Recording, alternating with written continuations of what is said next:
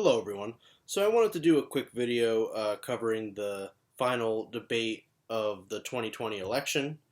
Um, my expectation going into it was that it was going to be like the VP debate we had with Mike Pence and Kamala Harris, two people that I find to be very, establishment politicians. Like they're very polished in how they present themselves. And so it was going to be that kind of tone with the VP debate, but with Biden and Trump.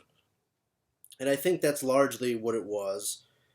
I think this was due to kind of like there was like a minor rule change where so the candidates would be asked a question and they get 2 minutes uninterrupted to speak, and the candidate who isn't speaking, their mic was muted, so there was no interruption during the first 2 minutes, which is their initial answer, and then after that there was back and forth.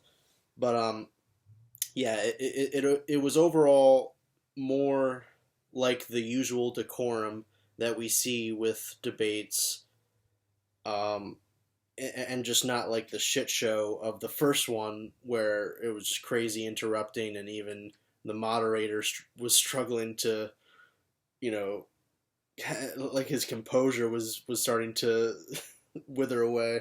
Poor Chris Wallace. But with this debate, Trump he comes off as pretty out of touch, and I'll talk about that and why that is. But Biden had some pretty strong moments, but it just and I think this is a problem with both Trump and Biden. But with Biden, he it's too much hinged on the idea of like, oh, he's a great leader, he's gonna get stuff done. It's just too much of like it's all up to him.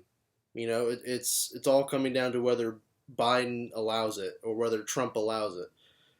So I think true change comes from the people. It comes from them demanding it and showing their frustrations, and sometimes in mass protests in the streets.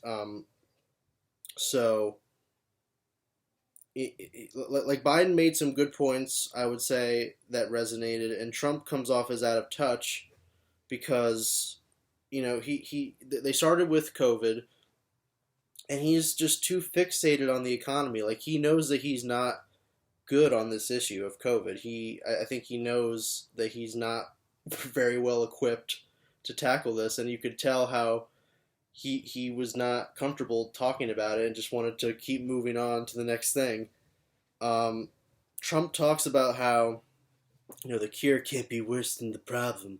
He's talking about we can't like close down the country and have lockdowns and all this. I mean, he talks about these things like they happened. I mean, we didn't have a real lockdown like other countries did. I mean, we could talk about whether that's possible in this country. Like, we're so, really obsessed with freedom, and we have a very, diverse population of people, to say the least. There's people that would react differently, I think, to some kind of lockdown. Um, so, I think the science shows we kind of do need to lock down. But like the government could be doing so much more to provide for people. Because if we can't be going out to work, then we have to have money somehow to live. And in Europe, they nationalized the wages, um, and paid people not to go out. I mean, we need something to deal with the virus, is the main point when it comes to Trump and COVID, because you can focus on the economy all day long, but at the end of the day, unless you have something to deal with the virus, unless you address that in some way, then it's not gonna get better. Um, like, is it possible that everything that's been we've done everything that we could. No, I just don't think that's true. We were too um, lenient in how we went about this. We could have had a real lockdown at the start. Um, in terms of getting a vaccine and like a mask mandate, like Trump should have done that a while ago. A mask mandate, excuse me. They even had a plan to send out masks, like 5 of them for each person to every family. The post office had this ready, and Trump said no because he didn't want to cause a panic. But in terms of the vaccine, I think, yeah, like you got to be skeptical at least to say, like, if the scientists aren't for it, if it's just politicians pushing this vaccine, then, like, yeah, like I find that to be a lot of reason to be skeptical. Science, it has to work on consensus. So, um, it's never just the opinion of one scientist. It has to be all the scientists kind of agreeing together. When you talk about something with climate change, like there's very few scientists who would disagree with man-made climate change is real, and most of the ones who would dispute that are like funded by the oil industry. So the devil's in the details there. So in terms of the vaccine, again, I don't know when it'll come out. Trump says it's going to come out really soon, but I would just be skeptical about what they're putting out there. As long as the scientists are for it, basically, like if Fauci says it's okay, Fauci's job depends on Trump. That is, I would say that tends to be true. He's pretty much under his administration, but it's got to be a lot of people. Like I'm saying, it's not just one person. No matter how high up they are, how well regarded their opinion is, it has to be a consensus view. And that's why, like, rushing this is not a really good decision, because to have good science that's going to actually work to help people, like, you can't rush it. It's just got to take as long as it has to take. So it's he's focused on the economy because that's like where Trump is well on. He does well on the economy, so he talks about that. He talks about the travel ban to China.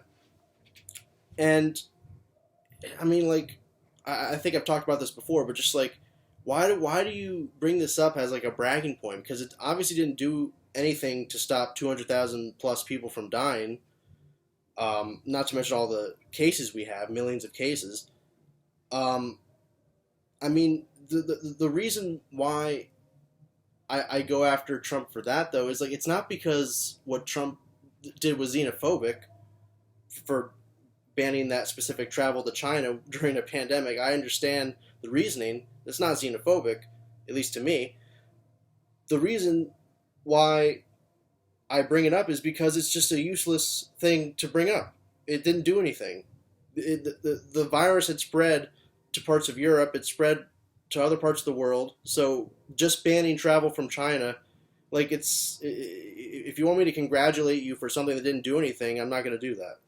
It just doesn't make sense. So, and then Trump said he was kidding about the bleach comment. I mean, I went back and watched the video. I mean, he said the UV light thing right before the bleach comment, like getting the UV under the skin or through the skin. So it's like, is he kidding about the UV too, or and the thing is, like, okay, so you're kidding. Are you doing stand-up comedy at the White House press events? Like, what's going on here? Like, so I feel like that's really out of touch, and that's not what people like in a president. I think, to a degree, honestly, part of Trump's appeal was that he was very entertaining, and in 2016, people just, they hadn't seen anything like that before. A politician who, like, just shot from the hip, kind of. But that entertainer quality during a pandemic, during all these crises, when the country's in such turmoil, like, it's not as funny anymore. Only his hardcore fans are still for him. and the numbers are spelling doom for Trump. I mean, I would still say it's really close now. It's like less than 2 weeks from the election. You know, all I can say is Biden's doing better than Hillary was up until this point.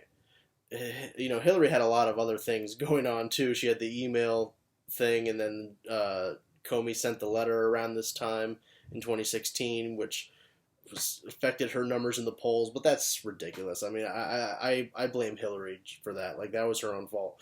But regardless, you know, Biden seems to be doing better according to the numbers. But I would just say, like, I don't think we should take things for granted anymore. Like elections aren't locked up.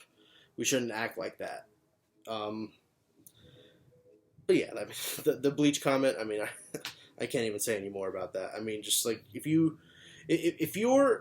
saying that Trump was kidding about that bleach comment, and you think that, and you really believe that, and you think that that's satisfactory, like okay, all right, that's all the explanation I need. Like, I don't know what to tell you. There's something wrong up here. So on corruption, you know, Biden was being defensive of his son Hunter, which makes sense. You know, it's like, of course he's going to defend Hunter, his son. I understand.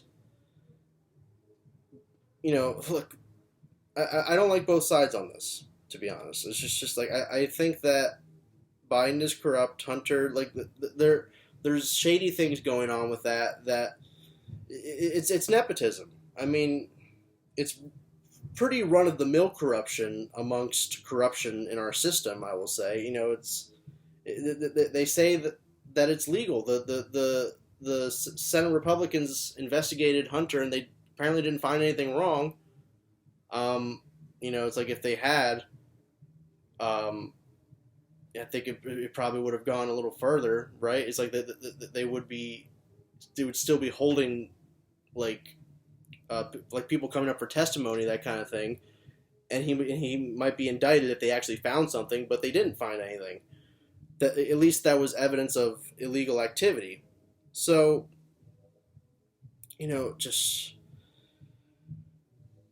because Biden is at that disadvantage and he's part of the swamp to a degree. I mean, it's true. I mean, the problem is, though, Trump said he was going to drain the swamp, and he is the quintessential swamp monster.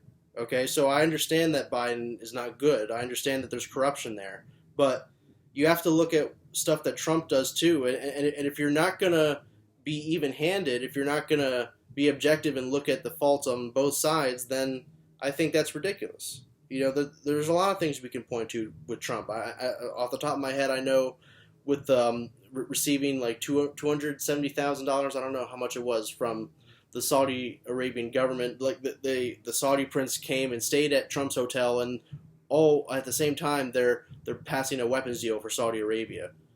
There was the thing with Israel in the UN that was even before Trump was inaugurated. But from the tax returns we found out, Trump made $72 million from foreign investors in his first 2 years in office. And these are his businesses. I understand. Yeah, it's not his personal income, I guess, but we'll get to that in a second. Jared and Ivanka made hundreds of millions of dollars. I don't even know the number off the top of my head in the first 3 years of Trump's presidency. And look, if you're gonna go up there and say it's like, oh, it's my businesses, my son, they're like, no, because you're accusing Biden of basically like profiting off the presidency. Like, Jimmy Carter had to sell his a peanut farm, and there was a Supreme Court case over it, and he put it into an independent trust. Trump selling his businesses to his kids, that's not enough. I mean, this is nepotism. This is how these things happen. It's favoritism because they're your son-in-law or your daughter. You know, like, they shouldn't be making that much money. They shouldn't be making like any money, really. I mean, certainly not hundreds of millions of dollars. And to act like that's not corruption and favoritism, and like again with Ivanka, like look at what happened with her in China, how she received special treatment with the trademarks on her products. So there's fault on both sides with corruption. So I find too often that when people on the right, they're like, "Oh, Trump's draining the swamp." Well, what is he actually doing to drain the swamp? You know, it's like they talk about how he's going after the Democrats or something. Well, that's not draining the swamp. That's going. You got to go after the corruption and the greed in the system, and how our system favorites the rich and the wealthy and corporations. Um, that's just the way it is, really. And another thing, Trump paid more taxes in China, and that was before he was even running for president. I mean, we also know that he was paying very little or nothing in U.S. taxes, and it was not that long ago. It was 2013 to 2015 where he had this bank account in China and he was paying like hundreds of thousands of dollars in taxes to China. Um, yeah, it's just I don't see how people can just stick their head in the sand and not acknowledge corruption and acknowledge that this is wanton. If you can't see it now, there's no hope for you. To see how what the Trump administration is all about in terms of like even deregulation, that they're just helping wealthy people get more profitable because I'll get to it later again, but like like they cut regulations and then they can pollute like crazy. So it's like they have less to worry about. They can do whatever they want. It's all about bending over backwards to help businesses and to not create a better society for everyone. So that is not good. Um, and again, just Biden is not a far leftist by any stretch of the imagination. Like I've said that many times, but just it's actually true. It's not just my opinion anymore because we've looked at there's reports coming out about how he's considering Republicans for cabinet positions if he is elected. He's considering John Kasich for something. There was like two names floated that were good, like Katie Porter and I'm forgetting the other one, but they were like fairly progressive. But the rest, like there was a lot of Republicans that he named in there, and a lot of like former Bush people, I think. So no, like stop pretending Biden is a socialist, is a far leftist. You're it's hyperbole. It's just not true. Look at his actual record. Look at the fact that he's a neoliberal. He wrote the crime bill. I mean, you want to talk about like he's soft on crime, and he wrote the crime bill, so that doesn't make sense. Um, he voted for the Iraq War. It's such a far leftist, I know. Um, but okay, so this was a good point that Biden made. Finally, I'm getting to it.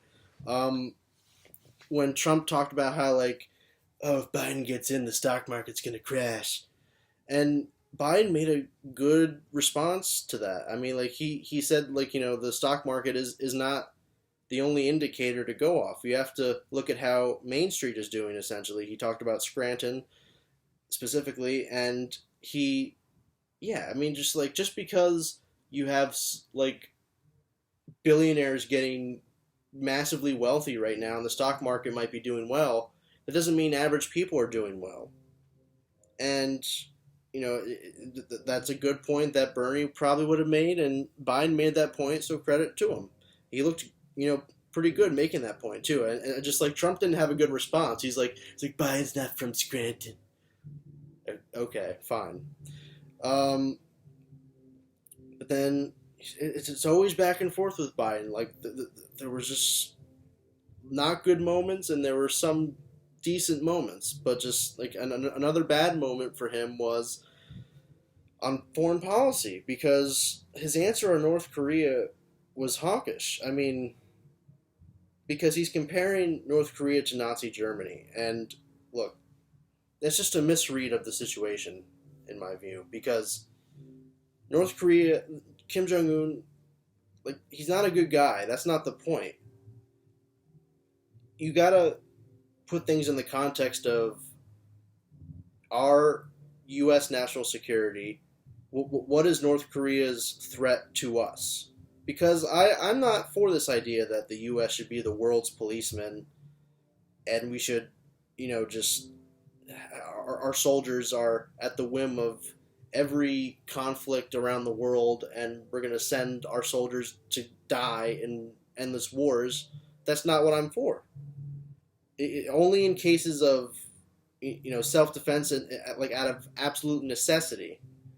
And so North Korea, the truth about North Korea is like, yes, they're terrible, but they're more so like they're nationalists in the sense that like they're not going outside their territory. They aren't like the Nazis were like globalists because like they wanted to spread around the world.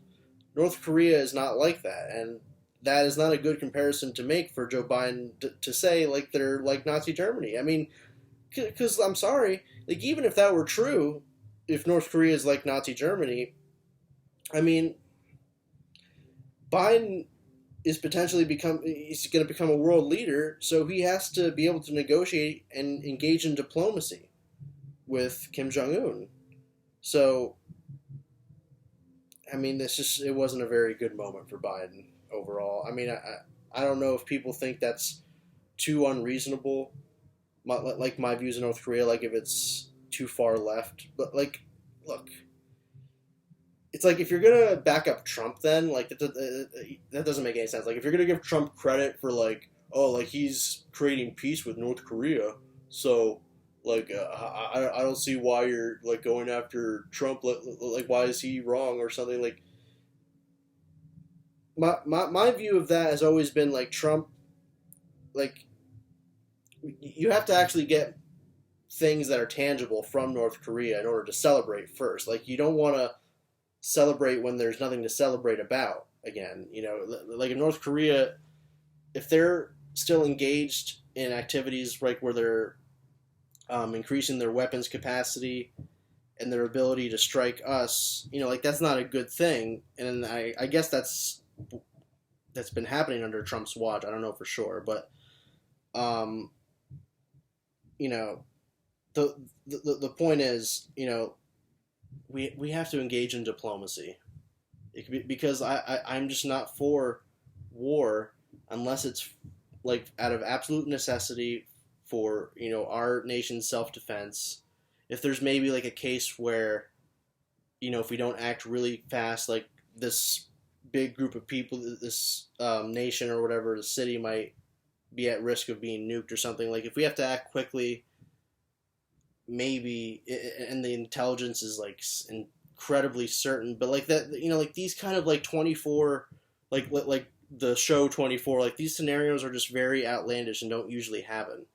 So yeah, just like I'm more so not isolationist because I don't like like the connotations of that term, but just non-interventionist, right? Like I'm not for intervening in other countries unless it's absolutely necessary. Biden on healthcare, he was right to point out at the end of his response that under Trump, millions have lost their health insurance, and that's not just because of the pandemic, people losing their jobs and their health insurance is tied to their job. But it's because of his efforts to dismantle the ACA. So like even before the pandemic, it was like I think 3 million lost their health insurance in like the first 1 or 2 years of Trump's presidency, and like yeah, like Biden's. I'm sorry, like Trump is saying like we're doing great on healthcare. What did you do? It's like all you've been doing is just taking apart the ACA, you proposed Trump Care way back when John McCain was alive, and he shut it down. Like, you haven't done anything on healthcare. You're just taking apart Obamacare, and I mean, look, oh my God, like this debate over Obamacare and the ACA, like I don't even want to get into this because just like I'm for Medicare for all, like the idea that Obamacare is not good, it's not for me. It's not good because it didn't go far enough, because it kept the private insurance system in place. Um, I think Biden says he's not going to abolish private insurance. Because he's going to do a public option. So it's like, would I be in favor of abolishing private health insurance? I mean, yes, but there's supplemental stuff. There's stuff for cosmetic surgery. There's other stuff that can be out there, but under Medicare for all, like there's no duplicative care, which means like you can't have private health insurance that's selling the same thing as Medicare for all. And it's just it makes it a better system all around, and just look at the rest of the world for proof. So I mean, that's not at issue, because I mean, just like Joe is for a public option, but Trump, this is another area where I think he does look a little bit out of touch. He's straw manning and boogeymanning socialized medicine. It's a straw man, one, because like I'm saying, Biden is not for Medicare for all. He's for a public option. And that is going to keep the private health insurance in place. It just means Medicaid is more expanded, pretty much. And it's the boogeyman because, like, yeah, he's telling everyone Joe wants health care for everyone. And then Joe's like, no, that's not true. Like, that doesn't make Biden look good. He has to reframe that narrative, because that kind of like socialist buzzword doesn't work that way anymore. Like, as long as you're actually showing people the real numbers, the real data, I mean, it's not hard to argue for Medicare for all. It is going to save us money. People talk about it's going to be so expensive. Our system right now is the most expensive. More people, people pay like we pay more per capita, which is like per person. So each individual, we pay the highest out of everyone, and we would save money because Trump even gave Biden a good like line of attack, because he was like, Trump saying like Biden's gonna get rid of 180 different million plans. That's highlighting why our system is terrible, because we have so many different private health plans, millions of different plans, and the bureaucracy that goes into that's where that's why they get the profit. That's why they have to make profit, because they hire people, and it's not necessary to do all this stuff. Like, the government could be doing this job, and we could be doing it much more efficiently, because it wouldn't be millions and millions of different plans like it is now. It would be one plan, Medicare for all, and it covers all of your like comprehensive needs. So, and I'm sorry, it's just a matter of priorities. It's a matter of what we spend our money on. I mean, to the people who are like, how are we going to pay for it? How are we going to pay for it? I mean, like I'm saying, like, it is actually cheaper in the long run. The government spending on healthcare goes up, and that's what people tend to look at, because you have like stronger government involvement in healthcare, but it's gonna save the people more money, and that's what I care about. Okay, I'm not interested in keeping the private health care, like private health insurance companies alive. We can have private hospitals, but health insurance, it's not a necessary thing that has to exist. So I'm not interested in trying to save it. Just like I'm not interested in trying to keep the horse and buggy industry alive. So then we get to climate change, and I think that was a pretty good issue for Biden. He made a pretty powerful statement hinting at phasing off fossil fuels, and I think it is a little bit of a no-brainer because we have to be, transitioning into the future, and we can't just rely on the same old systems of fossil fuels that are not infinite, first of all, and we're destroying the planet. It's just not a tenable solution, So we can't just stick to what's easy. We have to make hard choices if we're going to not just save the planet. I mean, like, that's not even really. I feel like that gets overstated. It's more about our way of life and how it's just going to be changed. It's going to be affected if we can't deal with this problem of climate change. Our access to food and water, like, that's going to change if we don't address this.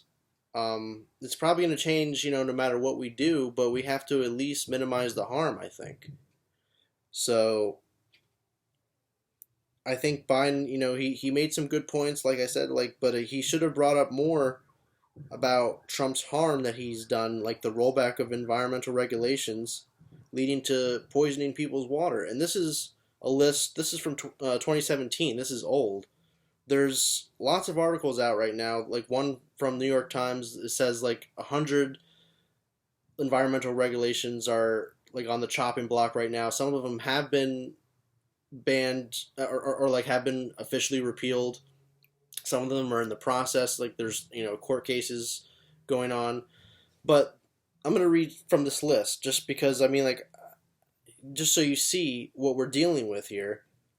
The National Environmental Policy Act, the Endangered Species Act, the Clean Water Act, the Migratory Bird Treaty Act, the Migratory Bird Conservation Act, the Clean Water Act, the Archaeological Resources Protection Act, the Paleontological Resources Act, Preservation Act, the Federal Cave Resources Protection Act, the Safe Drinking Water Act, the Noise Control Act, the Solid Waste Disposal Act, the Comprehensive Environmental Response, Compensation, and Liability Act, the Archaeological and Historic Preservation Act, the Antiquities Act, the Historic Sites, Buildings, and Antiquities Act, the Farmland Protection Policy Act, the Coastal Zone Management Act, the Federal Land Policy and Management Act, the National Wildlife Refuge System Administration Act, the National Fish and Wildlife Act, and the Fish and Wildlife Coordination Act. So it's like, yeah, you see there's some repetition in some of those names probably. Like, if you want to go ahead and say, oh, maybe like one of those regulations, it was not necessary. But how are you going to go ahead and say, like, all these regulations that are on the chopping block because of Trump, because he wants to help business, like, what we're talking about, I think, is just a disregard for, to talk about indigenous rights. I mean, the tribal lands that get polluted and are destroyed as a result of, like, these pipelines that get built. And we see the effects of climate change in real time. We see the wildfires, we see all the different hurricanes that happen, and it's more often. That's the point, is that we see more of these things more often. It's just, they care only about how it affects business, how it affects people's ability to make an extra buck, make some money, because now they don't have to pay much attention to how they pollute because it's legal. It's now codified into law. They don't have to, look at all these different regulations. They don't have to abide by that because now they're gone in a lot of cases. And people's water, it's getting poisoned. Look at what's happening in Flint. It's still happening. And it's happening in more places now. Like, Flint was just the preview. We're seeing lead in waters and other chemicals. It's being poisoned. And another problem with fracking, I mean, but Biden's not even for banning fracking. So again, such a far leftist. I'm so glad that we have a real comrade about to be in the White House. Um, but the other problem with fracking is not just how it pollutes the water potentially, but your like the water that's there for it's people's water source. It drains the water source for people. So now there's less access to water for people. So we need to have radical change in this country. I've said it millions of times now across probably all my different videos. Um, we have to change things, and I'm not saying that Biden is going to do that because I'm not naive. I know that Biden is just an establishment politician, and it's going to be just more of the establishment stuff. It's not going to be the far left socialist stuff that the Trumpers are putting out there, like he's going to confiscate guns or something. Like, no, I'm sorry, but not going to happen.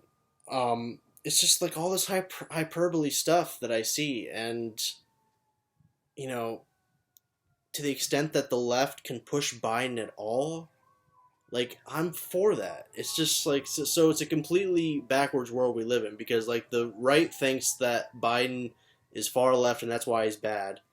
And I'm saying he's not that far left and I think we should push him to the far left to be good. So you can never win.